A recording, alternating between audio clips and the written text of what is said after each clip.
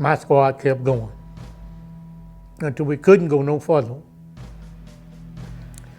That's when my machine gunner got killed and I got wounded.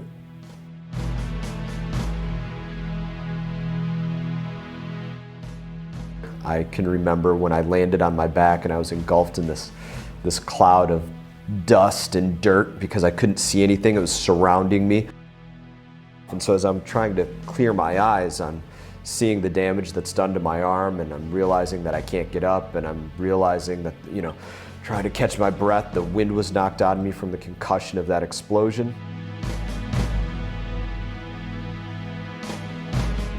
But I went back into the engagement after being shot for 3 different other Marines that are brought out.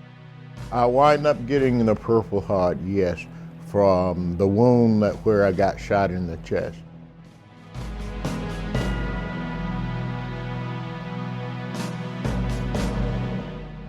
I am the recipient of 6 Purple Heart Awards.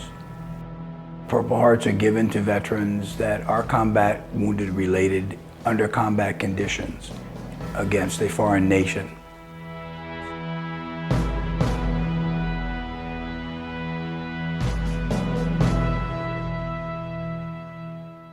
The Purple Heart Cane Project is one way the Indian River Woodcarvers Association does its part to recognize and thank our Purple Heart veterans.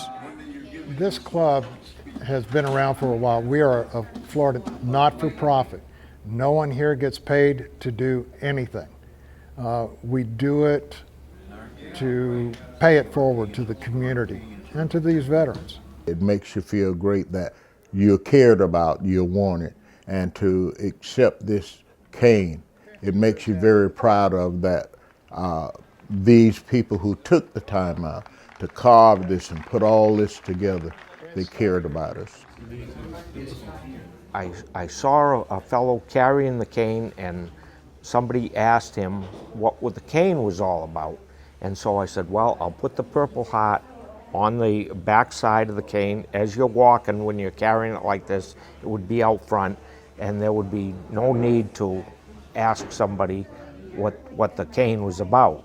I draw the Purple Heart on there, and then I wood burn it to give me a line so I can paint to, because I'm not the greatest painter in the world. I still favor the original ones where the handle comes out of your bag, The canes are made out of basswood, sometimes butternut. We have 2 basic styles.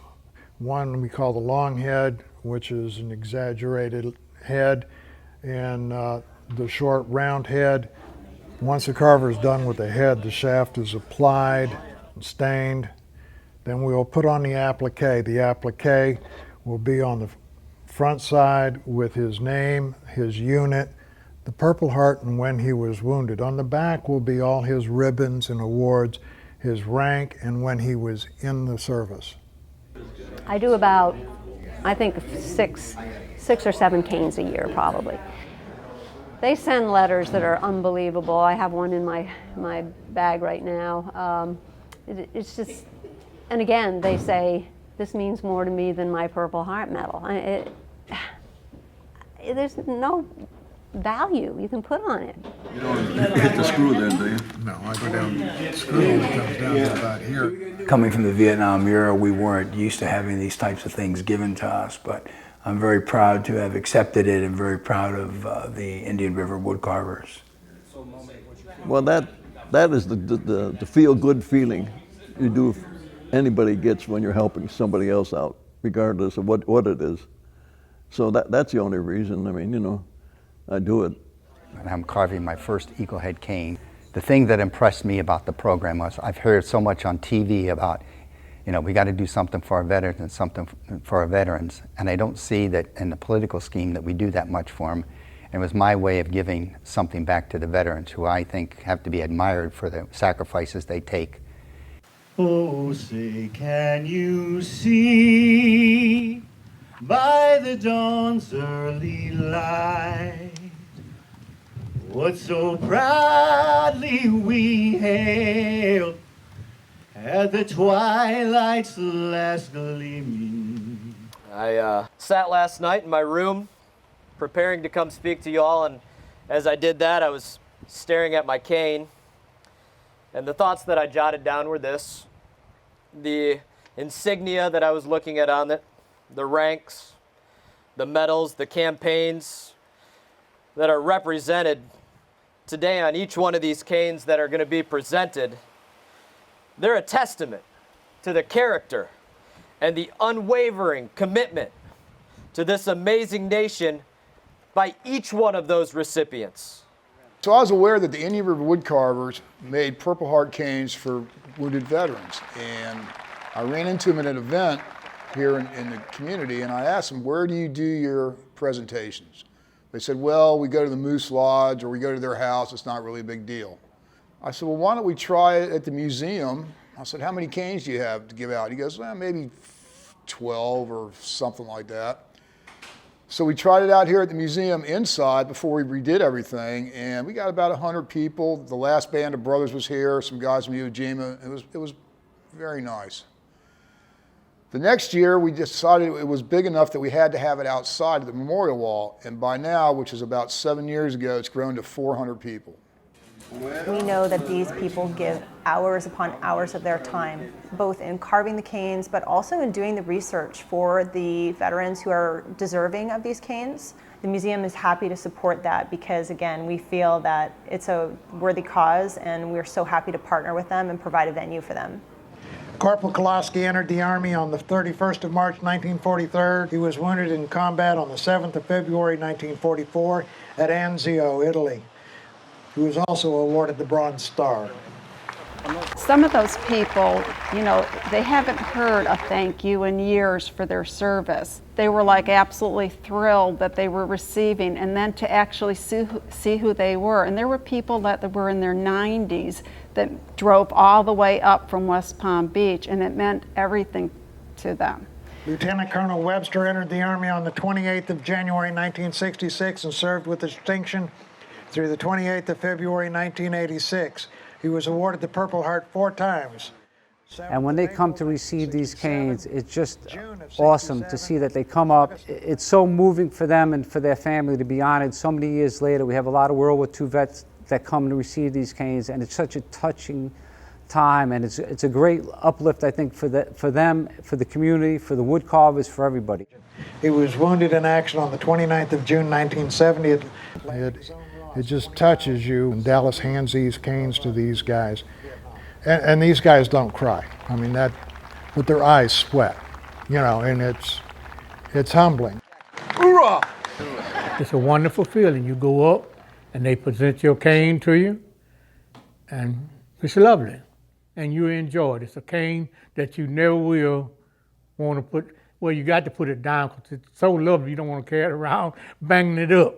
But mine hanging on the wall in my home. I mean, I was just blown away. We never got any recognition when we came back from our military service. We didn't know about PTSD or any of the other ailments that beset fellow veterans today. This came, can't remember how many years later, 40 years or so. So it's like an acknowledgement for the service that we did or provided at that time, which the next generation is now doing. I would be remiss if I did not take time to honor those men and women who made the supreme sacrifice who are not with us today. I am a Gold Star mother. I became a Gold Star mother on November 7th, 2010, when I got notice that my son, Dale J. Cridlow, was killed in action in Afghanistan. Sometimes we forget that the ultimate price has been paid by some of our veterans. Corporal Dale Cridlow entered the Army on the 31st of December 2008 and served in Afghanistan with the 161st Engineering Company. He was killed in action on the 7th of November 2010 in Kunar Province near Buri Ali. Accepting his cane in honor is his mother, Michelle Dale.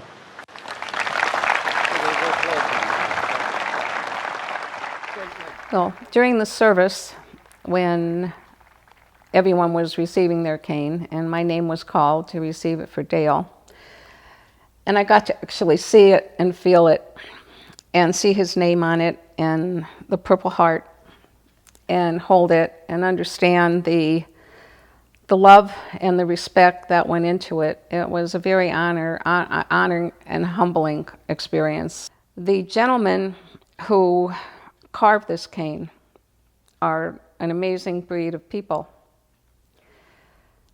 Ironically, I met two of them at a Christmas party last year.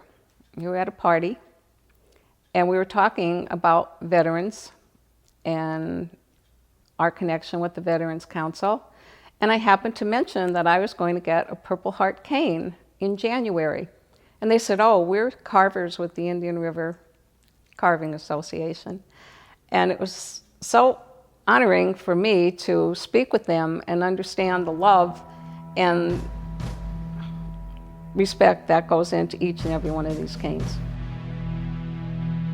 When these guys come up, and women, to see the gratitude and the appreciation they have, I can't explain in words, I'm not that great, but to give something that is that tactile to somebody to hold and go, this is mine, this is my record, this is staying in my family, this is a remembrance of my son or my daughter, or this is what I've done, and to hand down.